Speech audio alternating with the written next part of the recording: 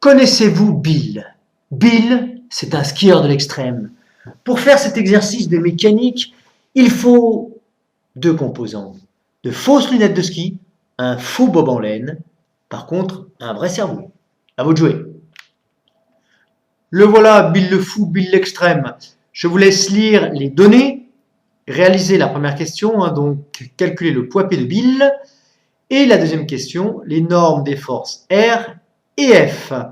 Vous choisirez un repère orthonormé cartésien R, O et J.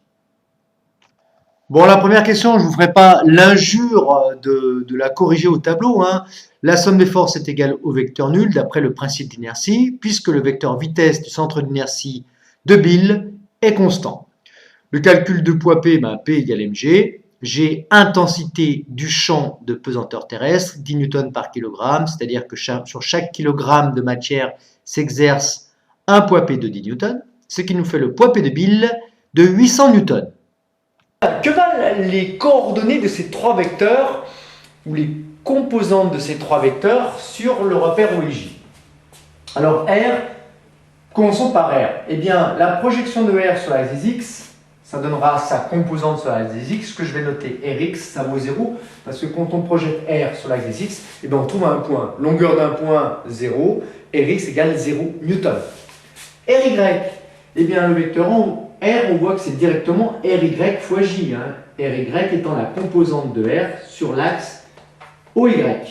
Ry vaut donc quoi? Eh bien, plus R, composante positive, car Ry fois J, c'est dans le même sens que J. Voilà pour R. On va passer maintenant à F, vecteur F. C'est le plus simple aussi. Alors, le vecteur F, attention. Sa composante Fx, elle vaut quoi? Projection de F sur l'axe des X. On voit que F est opposé au vecteur I. Fx, c'est quoi? C'est la projection de F sur l'axe des X. Donc, Fxi, eh ben, le voilà. On voit que ce vecteur Fxi est dans le sens opposé à I. Donc, sa coordonnée Fx est négative. Qu'est-ce qu'elle vaut? Eh bien, moins, directement, la norme de F, moins F. Fy, projection de F sur l'axe des Y. L'axe des Y est ici, c'est un point. Donc, la longueur est nulle. Donc, Fy égale 0. Voilà pour F. Il ne nous reste plus que P. Alors, attention, cet angle-là, eh bien, on va le voir maintenant. P, c'est le plus compliqué. Alors, on se détend, on va boire un café, on revient, d'accord? Vecteur P, quelles sont ses coordonnées? Eh bien, le vecteur P, c'est égal à quoi? Tout simplement au vecteur, ici, Py fois J, plus Px fois I. L'angle A, où est-ce qu'on le retrouve? Eh bien, si on fait la perpendiculaire à cette droite, la voilà.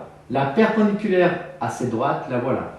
Et on retrouve l'angle A entre ces deux perpendiculaires de ces deux droites.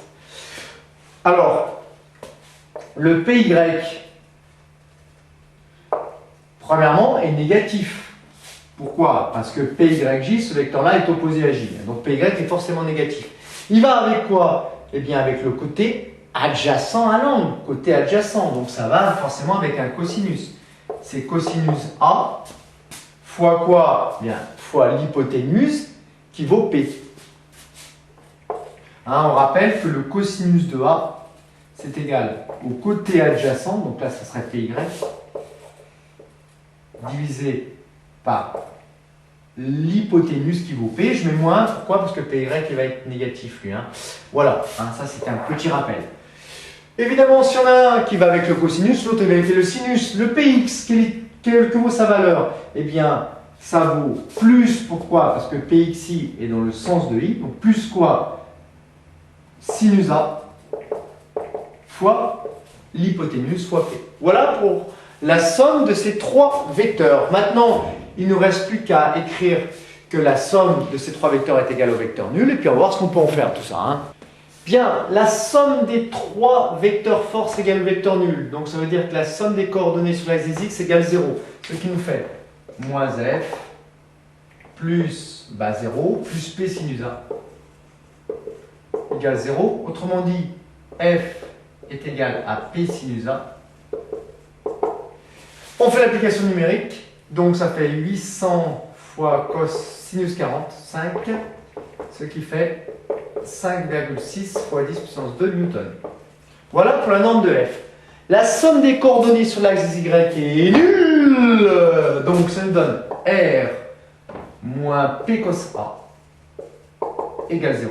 Autrement dit, R égale P cos A, c'est-à-dire 800 fois cos 45, ce qui nous donne également 5,6 fois 10 puissance 2 newton. Voilà pour R. Hop. Et voilà pour F.